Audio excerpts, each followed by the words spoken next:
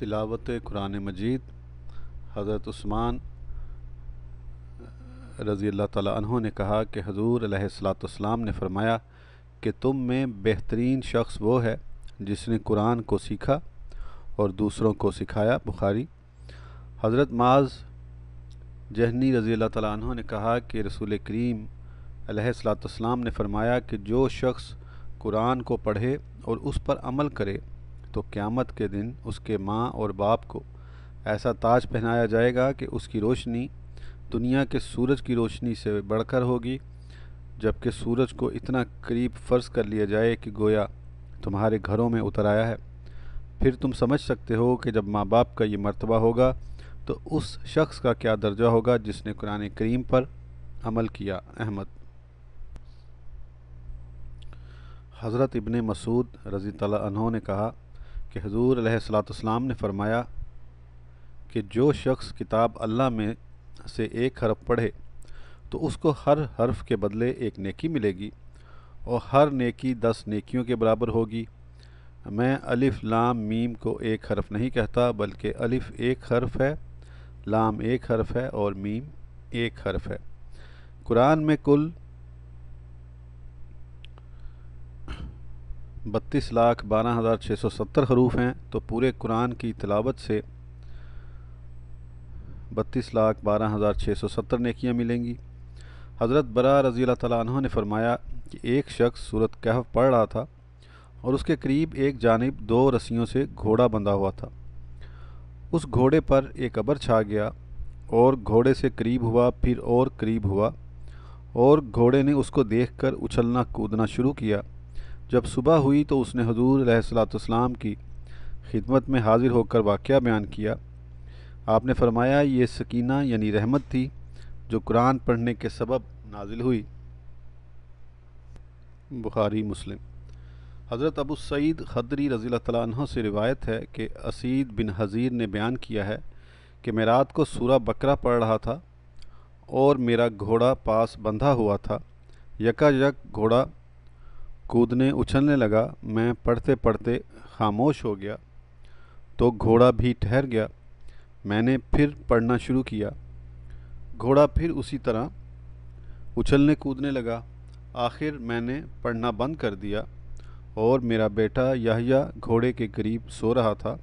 مجھ کو اندیشہ ہوا کہ کہیں گھوڑا اس کو تکلیف نہ پہنچا دے۔ اس خیال سے یحییٰ کو ہٹا کر جب آسمان کی طرف سر اٹھایا تو اچانک دیکھا کہ کوئی چیز سائبان کی طرح ہے جس میں چراغوں جیسی چمکتی ہوئی چیزیں ہیں۔ جب صبح ہوئی تو اس واقعہ کو میں نے حضور علیہ الصلوۃ والسلام سے بیان فرمایا۔ آپ نے فرمایا اے ابن حضیر تلاوت کرتے رہو۔ میں نے عرض کی یا رسول اللہ میرا بیٹا یحییٰ قریب تھا، مجھ کو اندیشہ ہوا کہ کہیں گھوڑا اس کو کچل نہ دے، اس لیے میں یحییٰ کی طرف چلا گیا اور آسمان کی طرف سر اٹھایا تو کوئی چیز سائبان کی طرح نظر آئی جس میں چراغوں کی طرح چیزیں تھیں۔ پھر میں نے باہر نکل کر دیکھا تو کچھ بھی نہ تھا۔ حضور علیہ الصلوۃ والسلام نے فرمایا تم جانتے ہو وہ کیا تھا؟ میں نے عرض کیا نہیں۔ آپ نے فرمایا وہ فرشتے تھے جو تیری قرأت کو سننے آئے تھے۔ اگر تو برابر پڑھتا رہتا تو صبح کو لوگ فرشتوں کو دیکھتے اور فرشتے ان کی نظروں سے نہ چھپتے۔ بخاری مسلم۔ حضرت ابو ہریرہ رضی اللہ تعالیٰ عنہ نے کہا کہ رسول کریم علیہ الصلوۃ والسلام نے حضرت ابی بن کعب رضی اللہ تعالیٰ عنہ سے دریافت فرمایا کہ تم نماز میں کیا پڑھتے ہو؟ تو انہوں نے سورہ فاتحہ کی تلاوت کی۔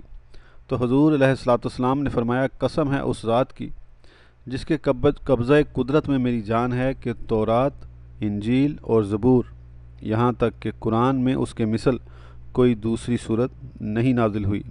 ترمذی۔ حضرت انس رضی اللہ تعالیٰ عنہ نے کہا کہ حضور علیہ الصلوۃ والسلام نے فرمایا کہ ہر چیز کا دل ہے اور قرآن کا دل سورہ یاسین ہے، پس جو شخص سورہ یاسین کو پڑھے اس کے لیے 10 قرآن پڑھنے کا ثواب لکھا جاتا ہے۔ ترمذی دارمی۔ حضرت عطا بن رباح رضی اللہ تعالیٰ عنہ نے کہا کہ مجھ کو معلوم ہوا کہ رسول اللہ صلی اللہ تعالیٰ علیہ وآلہ وسلم نے فرمایا دن کے شروع حصے میں جو شخص سورہ یاسین کو پڑھے تو اس کی حاجتیں پوری کر دی جاتی ہیں۔ دارمی۔ حضرت معقل بن یسار مزنی رضی اللہ تعالیٰ عنہ سے روایت ہے کہ نبی کریم علیہ الصلاۃ والتسلیم نے فرمایا کہ جس شخص نے محض خدا کی خوشنودی حاصل کرنے کے لیے سورہ یاسین کو پڑھا تو اس کے اگلے گناہ معاف کیے جاتے ہیں، تو اس سورہ کو تم لوگ اپنے مردوں کے پاس پڑھا کرو بے حقی۔ حضرت علی رضی اللہ تعالیٰ عنہ نے کہا کہ میں نے حضور علیہ الصلاۃ والسلام کو یہ فرماتے ہوئے سنا کہ ہر چیز کی ایک زینت ہے، اور قرآن پاک کی زینت سورہ رحمان ہے بے حقی۔ حضرت ابو درداء رضی اللہ تعالیٰ عنہ نے کہا کہ حضور علیہ الصلاۃ والسلام نے فرمایا کہ تم میں سے کوئی شخص رات کے وقت تہائی قرآن نہیں پڑھ سکتا۔ صحابہ نے عرض کیا یا رسول اللہ، تہائی قرآن کیسے پڑھا جائے؟ آپ نے فرمایا پوری سورہ قل ہو اللہ احد تہائی قرآن کے برابر ہے۔ مسلم بخاری عن ابی سعد رضی اللہ عنہ۔ حضرت ابو موسیٰ اشعری رضی اللہ تعالیٰ عنہ نے کہا کہ رسول کریم علیہ الصلاۃ والتسلیم نے فرمایا کہ قرآن کے ساتھ اعتنا کرو، قسم ہے اس ذات کی جس کے قبضہ قدرت میں میری جان ہے، اپنی رسی سے اونٹ نکل جانے کی بنسبت قرآن سینے سے جلد نکل جاتا ہے۔ حضرت سعد بن عبادہ رضی اللہ تعالیٰ عنہما نے کہا کہ حضور علیہ الصلاۃ والسلام نے فرمایا کہ جو شخص قرآن مجید پڑھے اور پھر اس کو بھول جائے وہ قیامت کے دن خدا سے اس حال میں ملے گا کہ اس کے اعضاء جذام کے سبب گل گئے ہوں گے۔ ابو داؤد دارمی۔ انتباہ: بیرون نماز کسی صورت کے شروع سے تلاوت کی ابتدا کرتے وقت اعوذ باللہ من الشیطان الرجیم پڑھنا مستحب اور بسم اللہ پڑھنا سنت ہے، اور درمیان صورت سے تلاوت کی ابتدا کرتے وقت اعوذ باللہ اور بسم اللہ پڑھنا مستحب ہے بہار شریعت۔ سورہ توبہ کی ابتدا میں اعوذ باللہ پڑھنے کا نیا طریقہ جو آج کل کے حافظوں نے نکالا ہے بے اصل ہے، اور یہ جو مشہور ہے کہ سورہ توبہ کے کسی حصے سے تلاوت کی ابتدا کرتے وقت بسم اللہ نہ پڑھے، یہ محض غلط ہے بہار شریعت جلد سوم صفحہ 309۔ بعض جگہ لقد جاءکم رسول من انفسکم سے خارج نماز تلاوت کی ابتدا کرتے ہیں مگر اس کے شروع میں بسم اللہ نہیں پڑھتے، حالانکہ اس آیت کے شروع میں بھی اعوذ اور بسم اللہ پڑھنا مستحب ہے۔ اسی طرح کل میں 5 آیت پڑھتے وقت وا الہکم الہ واحد یا ان رحمت اللہ قریب یا مکانہ محمد سے تلاوت کی ابتدا کرتے ہیں تو تعوذ و تسمیہ نہیں پڑھتے، ایسا ہرگز نہ چاہیے۔ مجمع میں سب لوگ بلند آواز سے قرآن پڑھیں، یہ حرام ہے۔ اکثر تیجوں میں سب بلند آواز سے پڑھتے ہیں، یہ حرام ہے۔ اگر چند شخص پڑھنے والے ہوں تو حکم ہے کہ آہستہ پڑھیں بہار شریعت جلد سوم صفحہ 310۔ اور در مختار ما رد المختار جلد اول صفحہ 383 میں ہے۔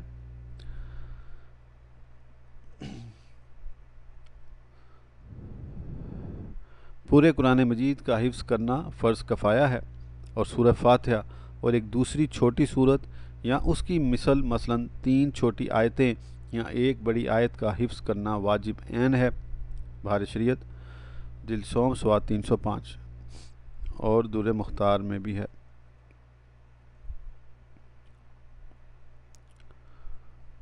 صا سین شین صاد توئیں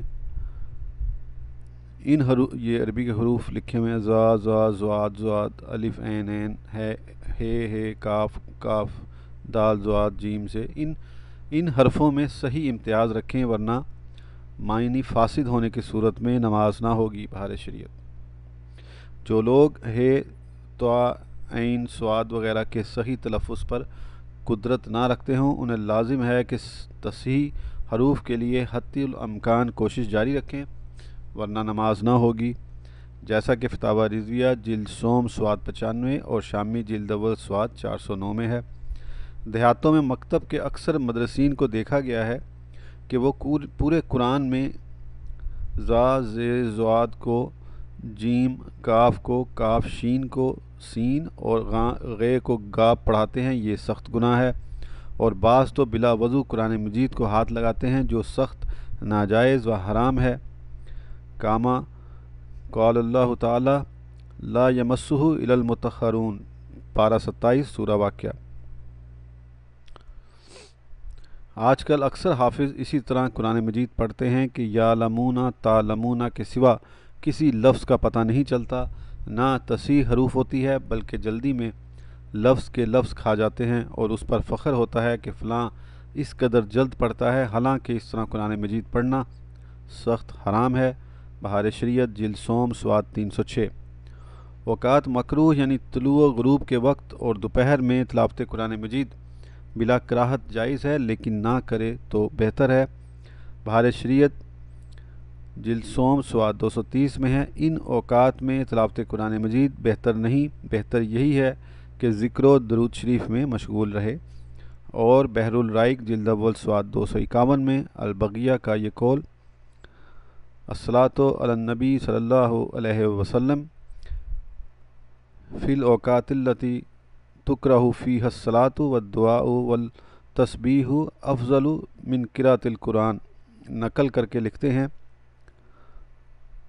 وَلَعَلَّهُ لِأَنَّ القراءۃ رکن الصلاۃ وہی مکروہۃ فَلَوْلَا تَرْکُ مَا کَانَ رُکْنًا لَهَا۔ اور رد المختار جلد اول سواد 262 میں صاحب بحر کے قول فَالْأُولَى کے تحت ہے۔ عورت کا درزی کو ناپ دینا کیسا؟ اسلامی بہن کا اپنے کپڑے کی سلائی کے لیے نامحرم درزی کو اپنے بدن کے ذریعے ناپ دینا کیسا ہے؟ حرام اور جہنم میں لے جانے والا کام ہے۔ درزی بھی سخت گناہگار اور عذاب نار کا حقدار ہے، کیونکہ بغیر نگاہیں جمائے اور بدن پر ہاتھ لگائے بغیر ناپ نہیں لیا جا سکتا۔ ممکن ہو تو اسلامی بہن ہی سے کپڑے سلوائے، یہ نہ ہو سکے تو پھر گھر کی خاتون ناپ لے اور کوئی محرم جا کر درزی کو سلوانے کے لیے دے آئے۔ اسلامی بہن بات بات پر گھر سے باہر نہ دوڑتی پھرے، صرف شرعی مصلحت کی صورت میں پردے کی تمام قیودات کے ساتھ باہر نکلے۔ باریک دوپٹہ پھاڑ دیا۔ ایک مرتبہ ام المومنین حضرت سیدتنا عائشہ صدیقہ رضی اللہ تعالی عنہ کی خدمت سراپا غیرت میں ان کے بھائی حضرت سیدنا عبد الرحمن رضی اللہ تعالی عنہ کی بیٹی سیدتنا حفصہ رضی اللہ تعالی عنہ حاضر ہوئیں۔ انہوں نے باریک دوپٹہ اوڑھ رکھا تھا۔ حضرت سیدتنا عائشہ صدیقہ رضی اللہ تعالی عنہ نے اس دوپٹے کو پھاڑ دیا اور انہیں موٹا دوپٹہ اڑھا دیا۔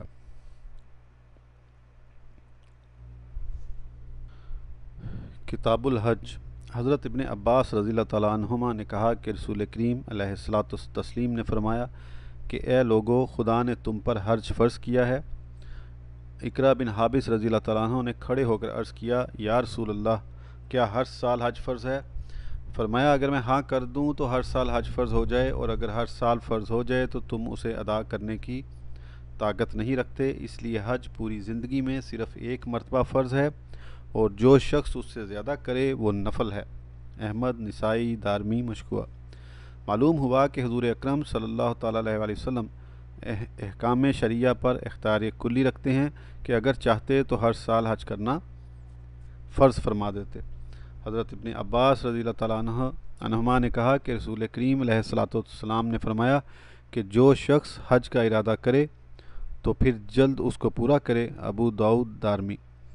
حضرت ابن مسعود رضی اللہ تعالیٰ عنہ نے کہا کہ نبی کریم علیہ الصلاۃ والسلام نے فرمایا کہ حج اور عمرہ کو یکے بعد دیگرے عطا کرو، یعنی قران کا احرام باندھو یا بالفعل دونوں کو متصلاً کرو، اس لیے کہ یہ دونوں افلاس اور گناہوں کو اس طرح دور کر دیتے ہیں جس طرح بھٹی لوہے، چاندی اور سونے کی میل کو دور کر دیتی ہے، اور حج مقبول کا بدلہ صرف جنت ہے۔ ترمذی، نسائی۔ حضرت ابو ہریرہ رضی اللہ تعالیٰ عنہ نے کہا کہ حضور علیہ الصلاۃ والسلام نے فرمایا کہ جو شخص حج یا عمرہ یا جہاد کے ارادے سے نکلا اور پھر راستے ہی میں مر گیا تو اللہ تعالیٰ اس کے حق میں ہمیشہ کے لیے مجاہد، حاجی اور عمرہ کرنے والے کا ثواب لکھ دیتا ہے۔ بیہقی، مشکوہ۔ حضرت ابن عباس رضی اللہ تعالیٰ عنہما نے کہا کہ رسول کریم علیہ الصلاۃ والتسلیم نے فرمایا کہ رمضان میں عمرہ کرنا حج کے برابر ہے۔ حضرت ابو رزین عقیلی رضی اللہ تعالیٰ عنہ سے روایت ہے کہ وہ نبی کریم صلی اللہ تعالیٰ علیہ وآلہ وسلم کی خدمت میں حاضر ہوئے اور عرض کیا، یا رسول اللہ، میرا بوڑھا باپ اتنا کمزور ہے کہ حج و عمرے کی طاقت نہیں رکھتا، اور نہ سواری پر سفر کرنے کی اس میں قوت ہے۔ آپ نے فرمایا تو اپنے باپ کی طرف سے حج و عمرہ کر لے۔ حضرت ابن عباس رضی اللہ تعالیٰ عنہما نے فرمایا کہ حضور علیہ الصلوۃ والسلام کی خدمت میں ایک شخص نے حاضر ہو کر عرض کیا کہ میری بہن نے حج کی نظر مانی تھی اور نظر پوری کرنے سے پہلے وہ مر گئی۔ آپ نے فرمایا اگر اس پر قرض ہوتا تو کیا اس کو ادا کرتا؟ اس نے عرض کیا ہاں۔ آپ نے فرمایا تو پھر خدا تعالیٰ کا قرض بھی ادا کر کہ اس کا ادا کرنا زیادہ ضروری ہے۔ بخاری مسلم۔ حضرت ابن عباس رضی اللہ تعالیٰ عنہما نے کہا کہ حضور علیہ الصلوۃ والسلام نے فرمایا کہ عورت بغیر محرم کے ہرگز سفر نہ کرے، چاہے وہ حج ہی کا سفر کیوں نہ ہو۔ حضرت علی رضی اللہ تعالیٰ عنہ نے کہا کہ رسول کریم علیہ الصلوۃ والتسلیم نے فرمایا کہ جو شخص زادِ راہ اور بیت اللہ شریف تک پہنچا دینے والی سواری کے مصارف کا مالک ہو اور پھر اس نے حج نہیں کیا تو اس کے یہودی یا نصرانی ہو کر مرنے میں کوئی فرق نہیں، اور یہ اس لیے کہ اللہ تعالیٰ نے فرمایا ہے، یعنی خدا تعالیٰ کے لیے بیت اللہ کا حج کرنا لوگوں پر فرض ہے جبکہ حج کے تمام ضروری مصارف کا مالک ہو۔ انتباہ: دکھاوے کے لیے حج کرنا اور مال حرام سے حج کو جانا حرام ہے۔ در مختار، رد المختار، بہار شریعت، جیم 6 سواد 719۔ حج کرنے کے لیے بھی تصویر اور فوٹو کھنچانا جائز نہیں، خواہ حج فرض ہو یا نفل، اس لیے کہ گناہ سے بچنا کسی نیکی کے اکتساب سے اہم و اعظم ہے، جیسا کہ فتاوی رضویہ جلد سوم سواد 729 پر اشباع سے ہے۔ عورت کو مکہ شریف تک جانے میں 3 روز یا زیادہ کا راستہ ہو تو اس کے ہمراہ شوہر یا محرم ہونا ضروری ہے، خواہ وہ جوان عورت ہو یا بوڑھی۔ محرم سے مراد وہ مرد ہے جس سے ہمیشہ کے لیے اس عورت کا نکاح حرام ہے، خواہ نسبت کی وجہ سے نکاح حرام ہو جیسے باپ، بیٹا اور بھائی وغیرہ، یا دودھ کے رشتے سے نکاح کی حرمت ہو جیسے رضاعی بھائی، باپ، بیٹا وغیرہ، یا سسرالی رشتے سے حرمت آئی ہو جیسے خسر، شوہر کا بیٹا وغیرہ۔ بہار شریعت۔ شوہر یا محرم جس کے ساتھ عورت سفر کر سکتی ہے اس کا عاقل، بالغ، غیر فاسق ہونا شرط ہے، مجنون یا نابالغ یا فاسق کے ساتھ نہیں جا سکتی۔ عالمگیری، در مختار، بہار شریعت۔ عورت کو بغیر محرم یا شوہر کے حج کے لیے جانا حرام ہے، اگر حج کرے گی تو ہو جائے گا مگر ہر قدم پر گناہ لکھا جائے گا۔ فتاوی رضویہ جلد 4 سواد 691۔ بعض عورتیں بغیر محرم اپنے پیر یا کسی بوڑھے آدمی کے ساتھ حج کو جاتی ہیں، یہ بھی ناجائز و حرام ہے۔ عورت کے ساتھ شوہر اور محرم نہ ہو تو اس پر واجب نہیں کہ حج کے جانے کے لیے نکاح کرے۔ بہار شریعت۔ اگر حج کے مصارف کا مالک ہو اور احباب کے لیے تحفہ و تحائف لانے کی استطاعت نہ رکھتا ہو تب بھی حج کو جانا فرض ہے، اس کی وجہ سے حج نہ کرنا حرام ہے۔ بہار شریعت۔ سرکار اقدس صلی اللہ تعالیٰ علیہ وآلہ وسلم کے روضہ انور کی حاضری اور بیت اللہ شریف نیز دیگر مقامات مقدسہ کی زیارت کے بعد حاجیوں کو چاہیے تو یہ تھا کہ اپنے عزیز و اقارب میں مذہبی رنگ پیدا کرتے، مگر افسوس کہ ایسا کرنے کی بجائے وہاں سے ریڈیو لا کر اپنے عزیز و اقارب کو دیتے ہیں، جس سے وہ اکثر اوقات گانا بجانا سن کر گناہ کماتے رہتے ہیں، اور ساتھ ہی ریڈیو لانے والے حاجی کا نامہ اعمال بھی سیاہ ہوتا رہتا ہے۔ باللہ تعالیٰ قال اللہ تعالیٰ تعاونوا علی البر والتقوی ولا تعاونوا علی الاثم والعدوان، پارہ 6 رکوع 5۔ جس نے پاک مال، پاک کمائی، پاک نیت سے حج کیا اور اس میں لڑائی جھگڑا نیز ہر قسم کے گناہ و نافرمانی سے بچا، پھر حج کے بعد فوراً مر گیا، اتنی مہلت نہ ملی کہ جو حقوق اللہ یا حقوق العباد اس کے ذمے تھے انہیں ادا کرتا یا ادا کرنے کی فکر کرتا، تو حج قبول ہونے کی صورت میں امید قوی ہے کہ اللہ تعالیٰ اپنے تمام حقوق کو معاف فرما دے اور حقوق العباد کو اپنے ذمہ کرم پر لے کر حق والوں کو قیامت کے دن راضی کرے اور خصومت سے نجات بخشے۔ اور اگر حج کے بعد زندہ رہا اور خطی الامکان حقوق کا تدارک کر لیا، یعنی سالہ گزشتہ کی مابقی زکوٰۃ ادا کر دی، چھوٹی ہوئی نماز اور روزے کی قضا کی، جس کا حق مار لیا تھا اس کو یا مرنے کے بعد اس کے وارثین کو دے دیا، جسے تکلیف پہنچائی تھی معاف کرا لیا، جو صاحب حق نہ رہا اس کی طرف سے صدقہ کر دیا، اگر حقوق اللہ اور حقوق العباد میں سے ادا کرتے کرتے کچھ رہ گیا تو موت کے وقت اپنے مال میں سے ان کی ادائیگی کی وصیت کر گیا۔ خلاصہ یہ کہ حقوق اللہ اور حقوق العباد میں سے چھٹکارے کی ہر ممکن کوشش کی تو اس کے لیے بخشش کی اور زیادہ امید ہے۔ ہاں، اگر حج کے بعد قدرت ہونے کے باوجود ان امور سے غفلت برتی، انہیں ادا نہ کیا، تو یہ سب گناہ اثر نو اس کے ذمہ ہوں گے، اس لیے کہ حقوق اللہ و حقوق العباد تو باقی ہی تھے۔ ان کی ادائیگی میں تاخیر کرنا پھر تازہ گناہ ہوا جس کے ازالے کے لیے وہ حج کافی نہ ہوگا، اس لیے کہ حج گزرے گناہوں یعنی وقت پر نماز اور روزہ وغیرہ ادا نہ کرنے کی تقصیر کو دھوتا ہے۔ حج سے قضا شدہ نماز اور روزہ ہرگز نہیں معاف ہوتے اور نہ آئندہ کے لیے پروانہ آزادی ملتا ہے، بلکہ مقبول حج کی نشانی ہی یہ ہے کہ حاجی پہلے سے اچھا ہو کر واپس ہو۔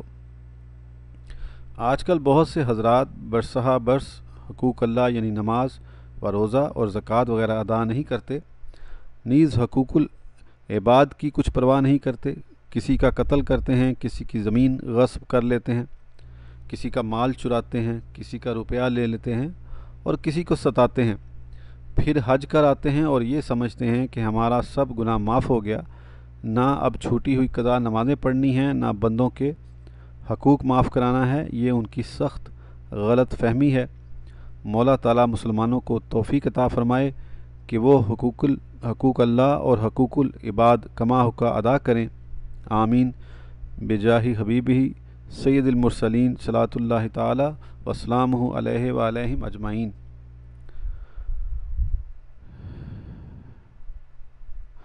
حاجیو آؤ شہنشاہ کا روضہ دیکھو، کعبہ تو دیکھ چکے، کعبہ کا کعبہ دیکھو۔ بی بی فاطمہ کے کفن کا بھی پردہ۔ کہتے ہیں بی بی فاطمہ رضی اللہ تعالیٰ عنہ کو ان کے کفن پر کسی غیر مرد کی نظر پڑنا بھی پسند نہیں تھا۔ بے شک سرکار مدینہ صلی اللہ تعالیٰ علیہ وسلم کی وصال ظاہری کے بعد خاتون جنت شہزادی کونین حضرت سیدتنا فاطمہ الزہرا رضی اللہ تعالیٰ عنہ پر غم مصطفیٰ صلی اللہ تعالیٰ علیہ وآلہ وسلم کا اس قدر غلبہ ہوا کہ آپ کے لبوں کی مسکراہٹ ہی ختم ہو گئی۔ اپنے وصال سے قبل صرف ایک ہی بار مسکراتی دیکھی گئیں۔ اس کا واقعہ کچھ یوں ہے کہ حضرت سیدتنا خاتون جنت رضی اللہ تعالیٰ عنہا کو یہ تشویش تھی کہ عمر بھر تو غیر مردوں کی نظروں سے خود کو بچائے رکھا ہے، اب کہیں بعد وفات میری کفن پوش لاش ہی پر لوگوں کی نظر نہ پڑ جائے۔ ایک موقع پر حضرت سیدتنا اسماء بنت امیس رضی اللہ تعالیٰ عنہا نے کہا کہ میں نے حبشہ میں دیکھا ہے کہ جنازے پر درخت کی شاخیں باندھ کر ایک ڈولی کسی صورت بنا کر اس پر پردہ ڈال دیتے ہیں، پھر انہوں نے کھجور کی شاخیں منگوا کر انہیں جوڑ کر اس پر کپڑا تان کر سیدہ خاتون جنت رضی اللہ تعالیٰ عنہا کو دکھایا۔ آپ بہت خوش ہوئیں اور لبوں پر مسکراہٹ آ گئی۔ بس یہی ایک مسکراہٹ تھی جو سرکار مدینہ صلی اللہ تعالیٰ علیہ وآلہ وسلم کے وصال ظاہری کے بعد دیکھی گئی۔ اس آڈیو کے لیے اتنا ہی، پھر انشاءاللہ اگلی آڈیو میں آگے کنٹینیو کریں گے۔ اس وقت تک کے لیے اجازت دیجیے۔ اللہ حافظ۔